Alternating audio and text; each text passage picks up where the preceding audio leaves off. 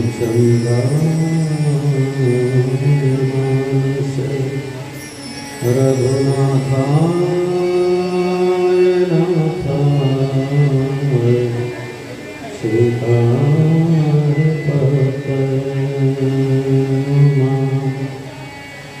वसुदेवसुतं देवं कंसचारूरमर्दनं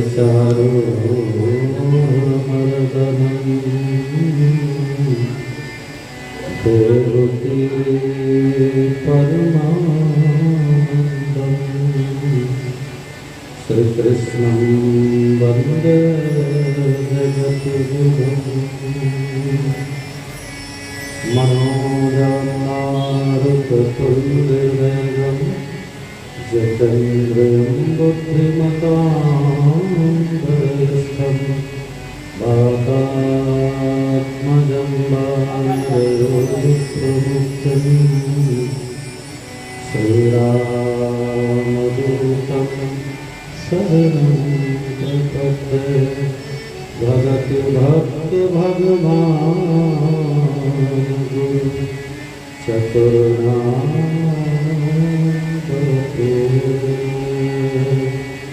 इनके पद बंदन के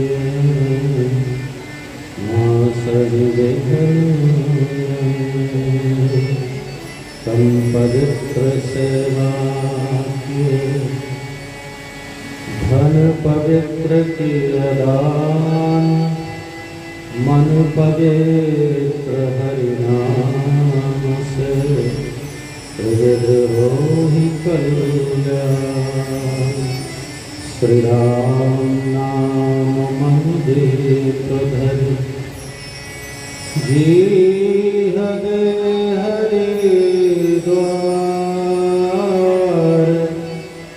तुलसी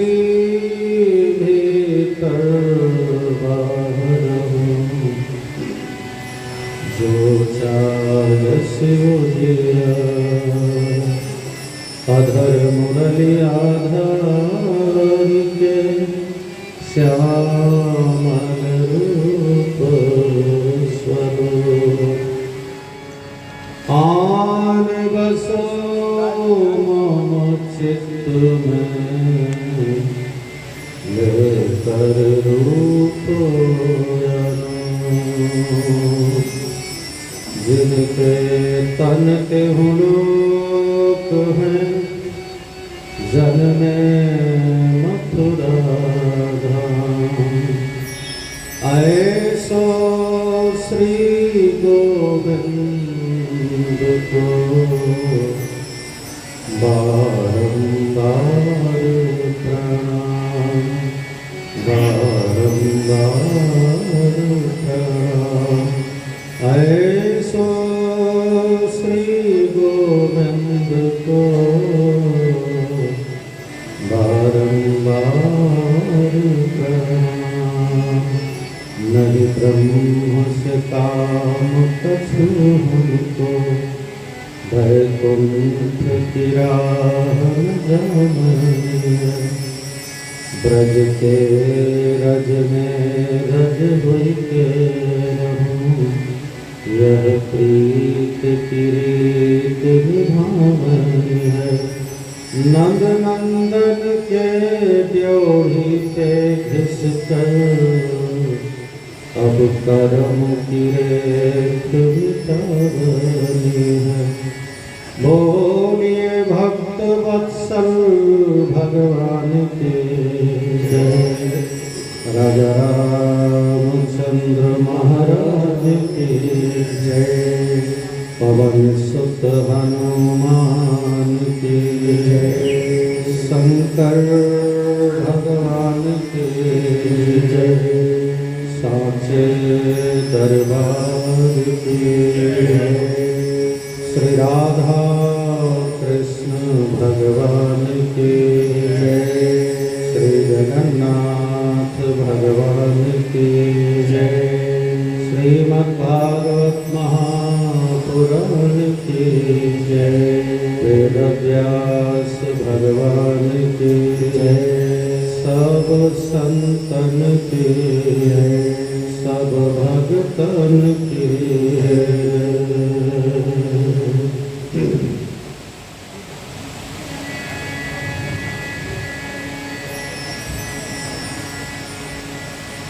परम पिता परमेश्वर की असीम कृपा के फलस्वरूप हम सब श्रीमद् भागवत सप्ताह कथा ज्ञान यज्ञ में आज छठे दिवस में दरबार में उपस्थित हमारे सभी ब्राह्मण भाई और साथी कलाकार, प्रभु प्रेमी सज्जनों, श्रद्धामयी माताओं, आइए मिलकर भगवान के मधुर श्री विग्रह का ध्यान करते हुए हम लोग आज का यह कथा प्रभु के ध्यान से प्रारंभ करें। अधरम मधुरम वदनम मधुरम नयनम मधुरम हसितम मधुरम हृदयम मधुरम गमनम मधुरम मधुराधिपतेर्गतिरं मधुरम मधुराधिपतेर्गतिरं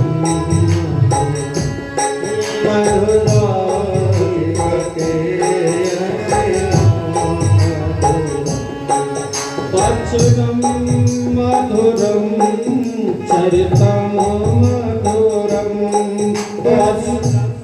मधुरं चरितं मधुरं वचनं मधुरं फलितं मधुरं वचनं मधुरं फलितं मधुरं चरितं मधुरं भ्रमितं मधुरं मधुराधिपतेर्गतिरं मधुरं चरितं मधुरं भ्रमितं मधुरं मधुराधिपतेर्गतिरं मधुरं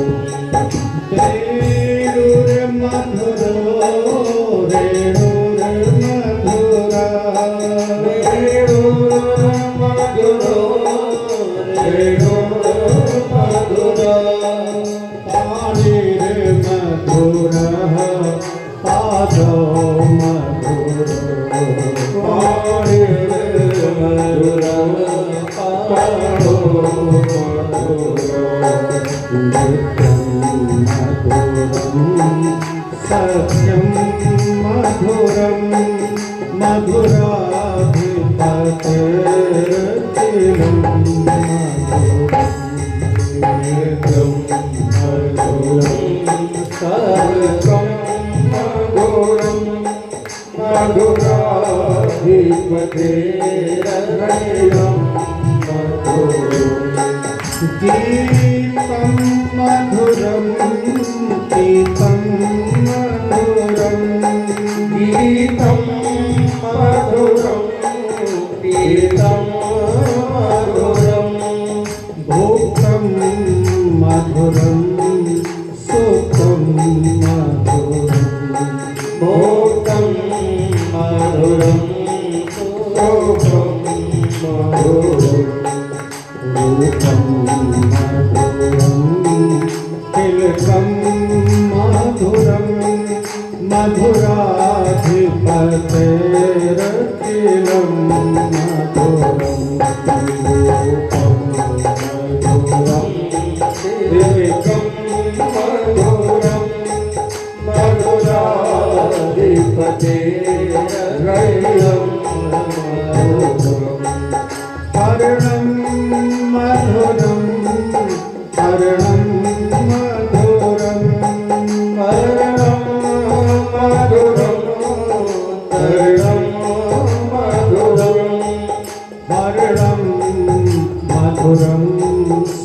हरणं मधुरं हरणं मधुरं स्मरणं मधुरं पंथं मधुरं संतं मधुरं मधुराधिपतेरखिलं मधुरं मधुरं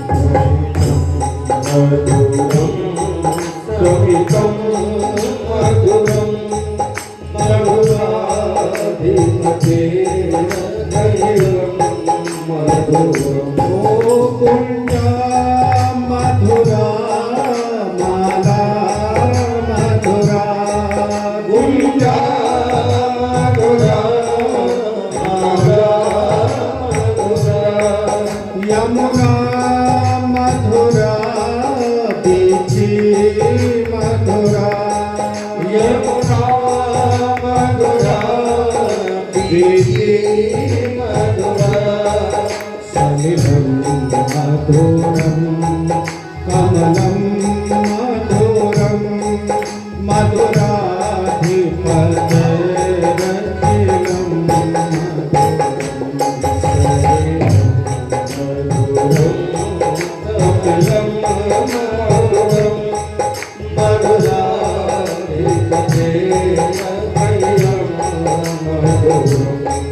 गोपी मधुरा लीला मधुरा गोपी मधुरा लीला मधुरा युक्तं मधुरं मुक्तं मधुरं युक्तं मधुरं घोषं मधुरं कृष्णं मधुरं श्रेष्ठं मधुरं मधुराधिपतेरखिलं मधुरं श्रेष्ठं मधुरं मधुराधिपतेरखिलं मधुरं गोपा मधुरा गाओ मधुरा गोपा मधुरा गाओ मधुरा यष्टि मधुरा श्री मधुरा यष्टि मधुरा श्री मधुरा पंडितं मधुरं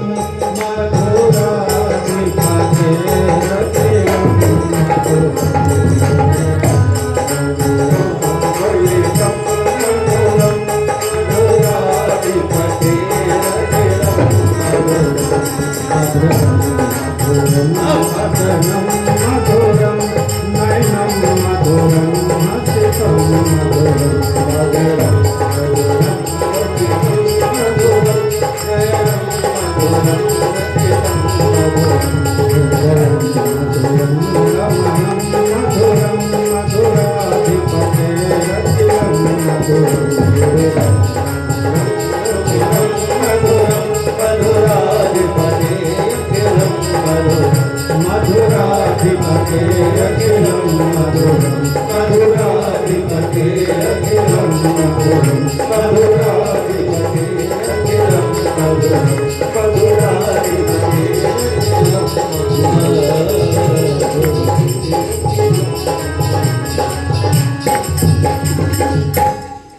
बोलो कृष्ण भगवान की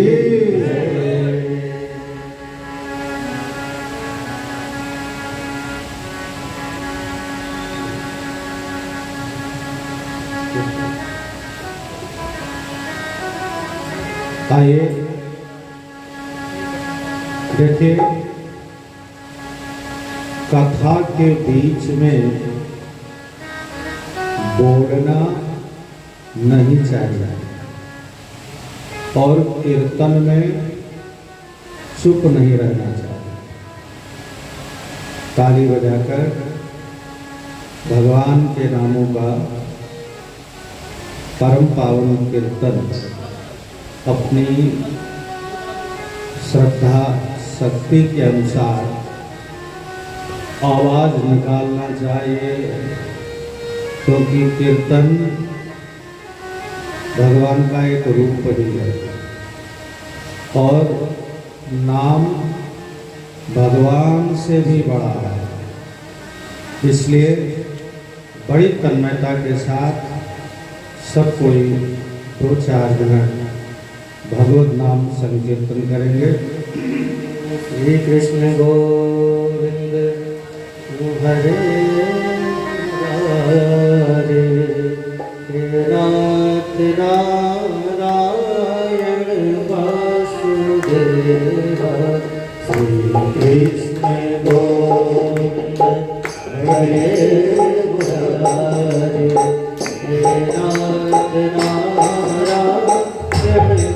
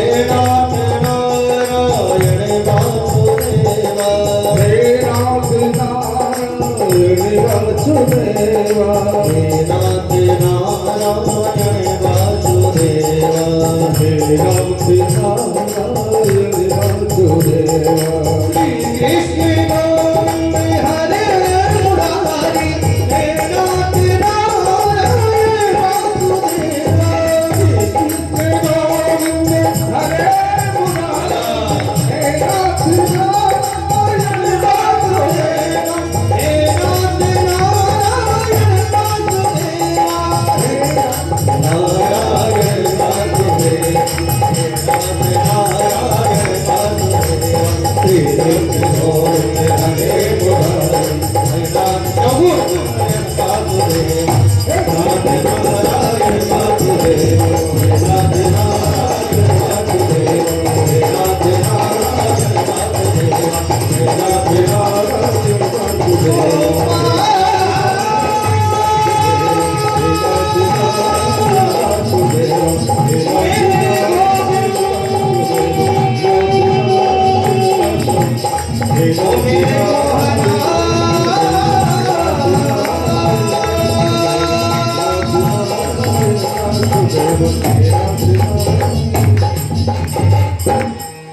बोले बांके बिहारी लाल की जय हो।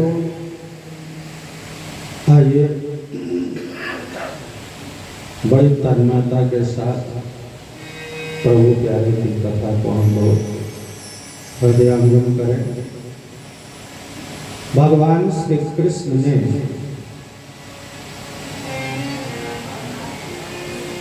गोवर्धन लीला करके जगत को संदेश दिया। देखिए, भगवान की प्रत्येक लीला में बड़े ही उपदेश होते हैं।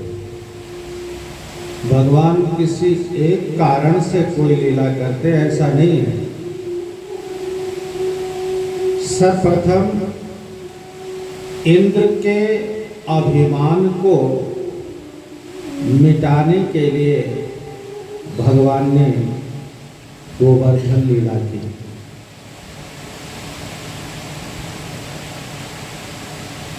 क्योंकि ये अभिमान जो है, संतजन कहते हैं अभिमान चाहे किसी का भी हो, अभिमान ही पतन का कारण होता है। इसलिए अभिमान बिल्कुल भी नहीं करना चाहिए। वो चाहे इंद्रादिक देवता हो, चाहे वो भगवान के नित्य परिकरों में से हो,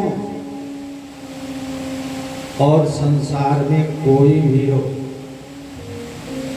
जगत में आज तक किसी का अभिमान रहा नहीं।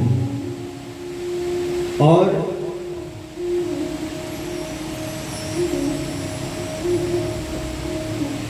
संत अधिकारी महाराज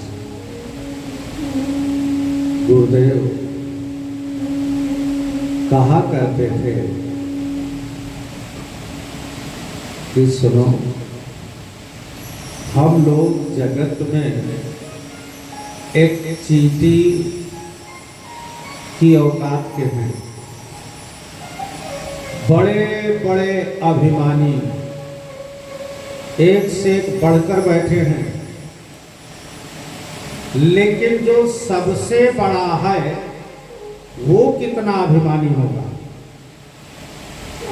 तो सबसे बड़ा कौन? भगवान। तो भगवान के पास कितना बड़ा अभिमान होगा। और ध्यान रहे, अभिमानियों की यह पहली खासियत है, स्वभाव है कि वो अपने आगे किसी का अभिमान रहने नहीं देते। तो भगवान का कितना बड़ा अभिमान है जानते हो? कोई जानता है भगवान का कितना बड़ा अभिमान है? या भगवान का अभिमान है क्या? रामचरितमानस में लिखा है, अहंकार शिव। कौन? परम पिता परमेश्वर के अहंकार ही भगवान शंकर हैं। और शंकर का काम क्या है? हाँ जी, संहार करना। अहंकार शिव, वो जो पार ब्रह्म परमेश्वर है उसका अहंकार कौन? शिव जी। और शिव जी का तो स्वाभाविक काम ही है संहार करना। तो शिव जी के संहारता से कोई बच सकता है? तो उसके आगे क्या अभिमान करना? वो किसी का अभिमान रहने देगा अपने आगे? इसलिए मनुष्य मात्र को किंचित अभिमान नहीं करना चाहिए। अहंकार शिव, बुद्धि अज, जिसकी बुद्धि कौन? ब्रह्मा। मन चित्त शिष्य मलान, क्या गजब की। इसलिए कहते हैं कि रामायण 4 वेद 18 पुराण 6 शास्त्र सबका उस परम पिता परमेश्वर के चित्त में हृदय कौन है? विष्णु भगवान। कौन? विष्णु भगवान। महान महान कौन? विष्णु। अब इसी से कथा समझे। महान विष्णु, तो विष्णु का काम क्या है? विष्णु का काम क्या है जी? पालन करना। तो परमात्मा के हृदय में सबके लालन पालन की ही बात हमेशा रहती है और कोई बात चित्त में नहीं आती। उनके हृदय से देखा जाए तो सब पालन, सबके लालन पालन की ही बात होगी। इंद्र तीनों लोगों के स्वामी, देवताओं के राजा, भगवान ने सबसे पहले अपने बुद्धि का, जिसे ब्रह्मा कहते हैं, उनका अभिमान गलाया। फिर इंद्र का अभिमान गलाया। पर्वत उठाकर 7 दिन और 7 रात निरंतर 7 वर्ष की अवस्था में, और पहाड़ भी 7 कोस का। इंद्र ने 12 मेघ हैं जो प्रलय के समय मूसलधार बारिश करते हैं और पूरा संसार जगत जलमग्न हो जाता है प्रलय। और वही सावर्तक मेघ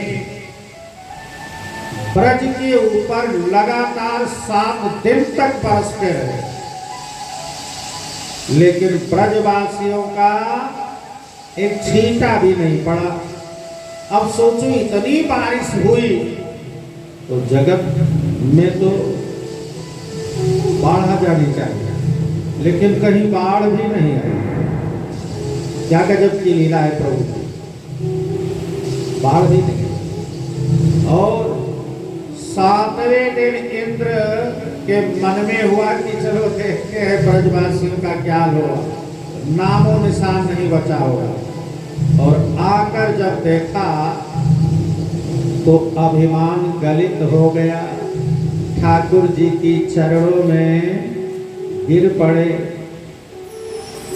तो पहाड़ उठाकर इंद्र के अभिमान को चूर किया और पहाड़ की पूजा करवाकर क्या किया? पहले पूजा करवाई, उठाया बाद में। तो पहाड़ की पूजा करवाकर जगत को संदेश दिया कि प्रकृति का सम्मान करो। इसका प्रकृति का सम्मान करो। अगर तुम प्रकृति का सम्मान करोगे, देखो भगवान तो वैसे ही उस जल से रक्षा कर सकते थे, ब्रजवासियों का कुछ होने वाला नहीं था, लेकिन भगवान ने पहाड़ ही क्यों उठाया? क्या गजब की लीलाएं हैं प्रभु की। और कथा को अगर समझो ना, अपने आप हृदय को छू जाए। भगवान ने उसी पहाड़ को उठाकर ब्रजवासियों को भी संदेश दिया कि देखो ना, तुम लोगों ने इस पहाड़ की पूजा की थी, तो इस पहाड़ ने ही आपकी रक्षा की। अगर आप सब प्रकृति की सम्मान करने लग जाओ, पूजा करने का मतलब सम्मान करना, क्या किसी वस्तु मात्र से कोई विशेषता नहीं है। हम पूजा उसी की करते हैं जो हमसे श्रेष्ठ है, और जो हमसे श्रेष्ठ है उसका हमें सम्मान करना चाहिए। तो पहले पहाड़ की पूजा करवाई और फिर उसी से ब्रजवासियों की रक्षा करवाई। किसने? कृष्ण भगवान। दुनिया को संदेश दिया कि भाई प्रकृति के साथ छेड़छाड़ मत करो, प्रकृति का सम्मान करो, प्रकृति की पूजा करो। और जब तुम प्रकृति का सम्मान करोगे, पूजा करोगे, तो प्रकृति तुम्हारी किसी भी परिस्थिति में सदा रक्षा करेगी। यह जो है गिरिराज गोवर्धन लीला का रहस्य है। भगवान ने जब 7 दिन तक पहाड़ उठाए रखा और जब इंद्र आकर भगवान के चरणों में गिरा, भगवान का अभिषेक करके पूजा की, तो ब्रजवासियों ने आपस में कानाफूसी शुरू कर दिया। बोले भैया ये कन्हैया कोई साधारण मानव नहीं है, आज तो पक्का हो गया क्या कन्हैया भगवान है।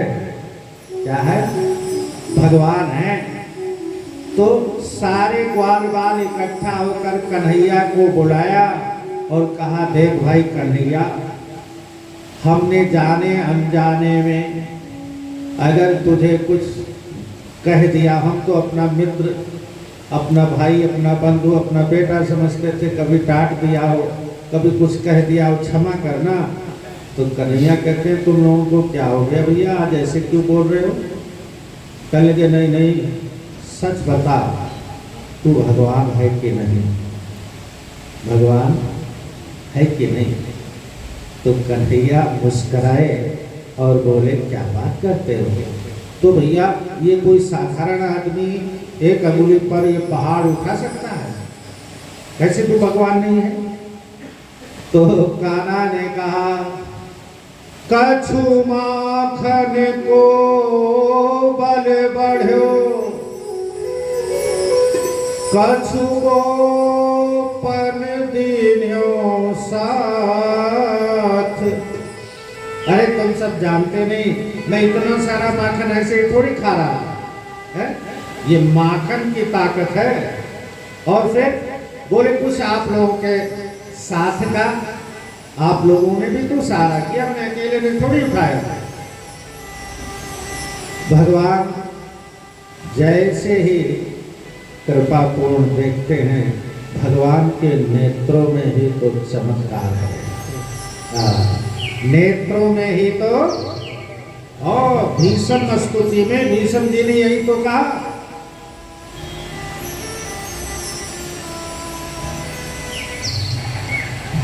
सरकार तुम्हारी आंखों में क्या चमत्कार है। मैंने देखा है महाभारत के युद्ध में, इन्हीं नेत्रों से देखकर किसी की आयु बढ़ा रहे हैं, और इन्हीं नेत्रों से देखकर किसी की आयु घटा रहे हैं, किसी की आयु घटा रहे हैं। जाने क्या क्या छुपा हुआ सरकार तुम्हारी आंखों में, क्या क्या है छुपा हुआ सरकार तुम्हारी आंखों में। जाने क्या क्या छुपा हुआ सरकार तुम्हारी आंखों में, सरकार तुम्हारी आंखों में। भगवान की आंखों में सब कुछ है। बड़ा प्यारा भजन है। खैर समय भजनों में नहीं, कथा में लगाए। तो भगवान जैसे मुस्कुराए और बहला दिया ब्रजवासियों को। एक दिन की बात है, नंद बाबा का नियम था प्रत्येक एकादशी का व्रत किया करते थे। तो एकादशी का व्रत करते हैं तो रात में 12 बजे तक नाम संकीर्तन करके जागरण करना चाहिए, ऐसा नियम। कीर्तन किया और फिर सुबह द्वादशी जल्दी आनी थी, पारण करना था, तो सोचकर सोए लेटे कि सुबह जल्दी उठना है। तो आधे ही घंटे सोए थे कि 12:30 बजे उठ गए और नंद बाबा को लगा कि सुबह हो गया। अब नंद बाबा को लगा सुबह हो गया, बस तुरंत अपनी धोती उठाई और दौड़े चले गए जमुना जी में नहाने। जैसे ही जमुना जी में डुबकी लगाई तो रात को इसीलिए जलाशयों में स्नान नहीं करना चाहिए। कई लोग रात 12 बजे भी नहाने लगते हैं, रात को 9 बजे भी नहाने लगते हैं ना। 8 बजे के बाद रात में नहाना नहीं चाहिए। 8 बजे से लेकर 4 बजे तक नहाने का भी समय है। नहाने का भी हमारे यहाँ प्रत्येक बातों का समय है। सोने का समय, जागने का समय, नहाने का समय, खाने का समय, और तो और कितना खाना चाहिए, क्या क्या खाना चाहिए, वो भी शास्त्रों में बताया गया है। अगर हम शास्त्र चिंतन से करें और शास्त्र के अनुसार अपने जीवन को ढाल लें, आज भी आप 100-200 साल 300 साल जी सकते हो। आज कलयुग में भी ये पहले लोग हम सुनते थे ना, 1000 वर्ष, 500 वर्ष, 300 वर्ष, 600 वर्ष लोग जिए। कैसे? क्योंकि वो प्रकृति के अनुसार चलते थे। हम लोगों ने सारी व्यवस्थाएं अपने अनुसार बना ली है। जब मन में आया नहा लिए, जब मन में आया खा लिए। कोई 3 बजे खा रहा है, कोई 4 बजे खा रहा है, कोई कुछ खा रहा है, कोई कुछ कर रहा है। इसका दुष्परिणाम और कौन भोगे? बाबा नंद ने जैसे डुबकी लगाई तो वरुण के दूत उन्हें पकड़कर वरुण लोक ले गए और बांध दिया। किसको? है जी, नंद बाबा को। अब नंद बाबा बेचारे बंधन में पड़े वरुण लोक में। सुबह जैसे ही प्रातः काल हुआ, लोगों को पता लगा। ब्रजवासियों से कन्हैया ने पूछा, भैया बाबा कहाँ गायब हो गए? किसी ने जाते हुए देखा था, उसने बताया कन्हैया बाबा जमुना जी में नहाने गए थे, फिर लौट कर नहीं आए। कन्हैया ने तुरंत वही जमुना जी में डुबकी लगाई और वरुण लोक पहुंच गए। और जब वरुण लोक पहुंचे तो बाबा नंद कोने में बैठे हैं। वरुण अपने राज सिंहासन पर बैठा है, अनुयायी लोग उनकी सेवा पूजा में लगे हैं। लेकिन जैसे ही कन्हैया प्रविष्ट हुए और एक नजर वरुण की गई कन्हैया पर, वरुण तुरंत अपने राज सिंहासन से कूद पड़े और कन्हैया के चरणों में नतमस्तक हो गए। कन्हैया को ले जाकर अपने राजगद्दी पर बैठाया, पूजा आरती की, खिलाओ पिलाओ। कन्हैया ने कहा, अच्छा हमें खिलाओ पिलाओ और हमारे बाबा को है, बांध रखा है और हमें कह रहे हो कि पूजा आरती करो, खिलाओ पिलाओ।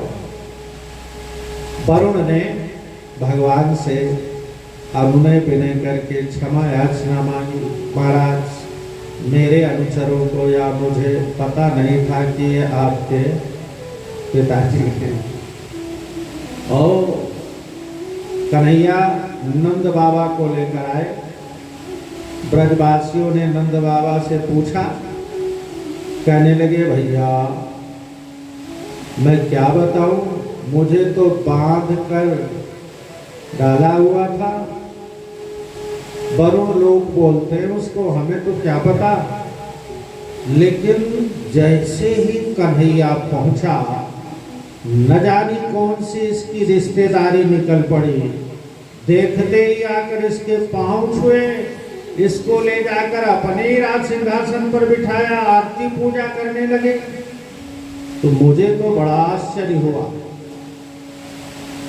अब ब्रजवासियों ने कहा महाराज पक्का है कि ये कन्हैया ये जो है ग्वाल वाला नहीं है, गोपाल नहीं है। फिर कौन? बोले भगवान ही है। सारे ब्रजवासी फिर कन्हैया को पकड़ लिए, कोई हाथ जोड़ रहा है, कोई पांव पड़ रहा है।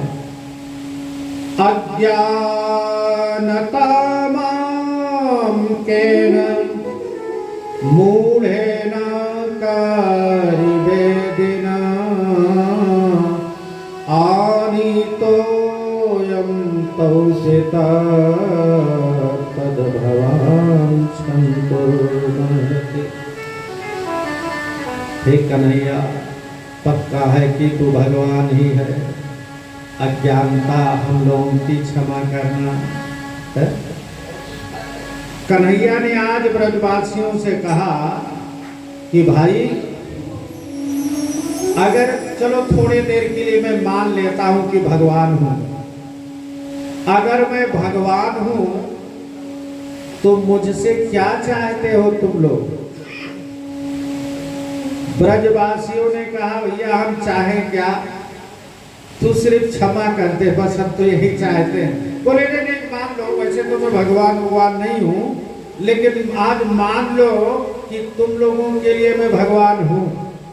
तो अगर भगवान तुम्हें मिल जाए तो उनसे क्या चाहोगे?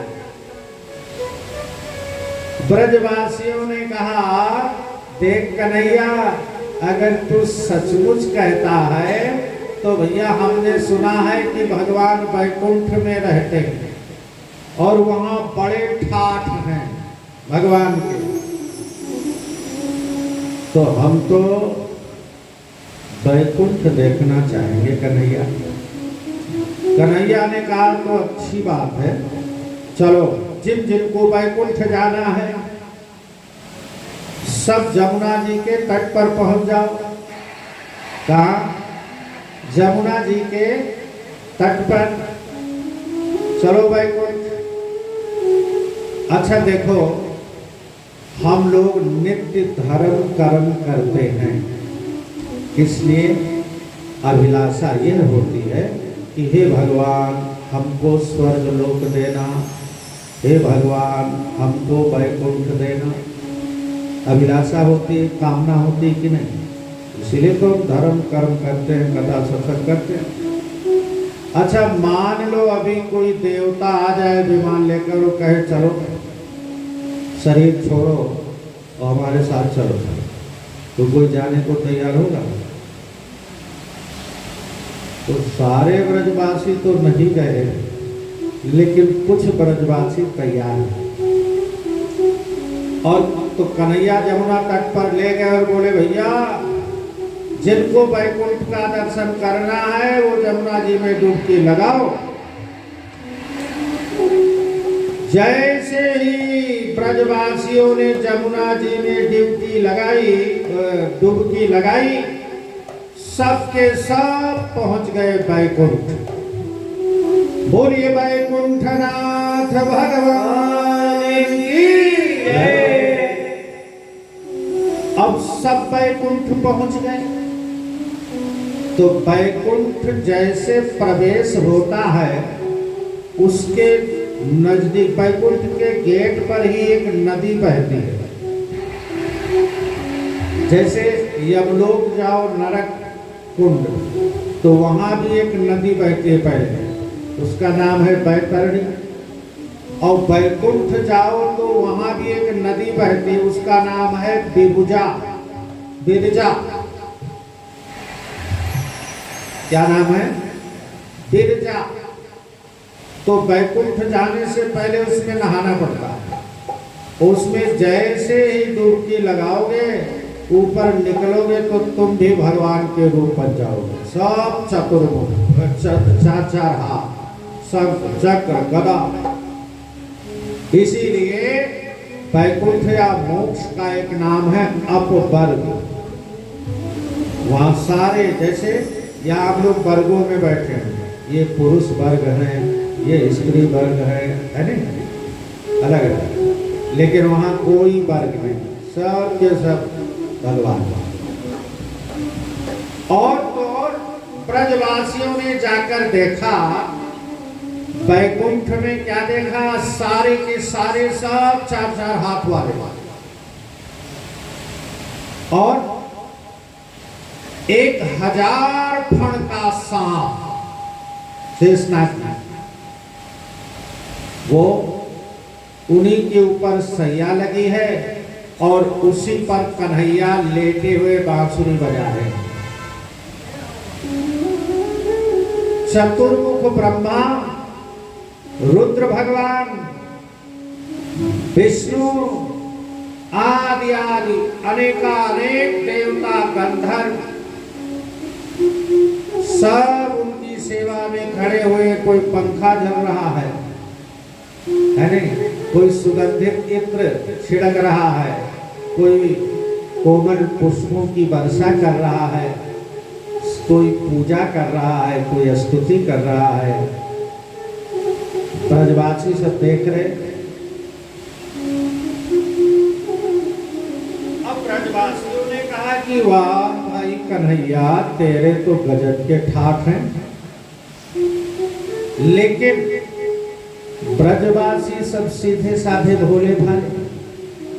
अब वहां संस्कृत व्याकरण में ही बात होती है, वहां संस्कृत व्याकरण में ही बात होती है ना।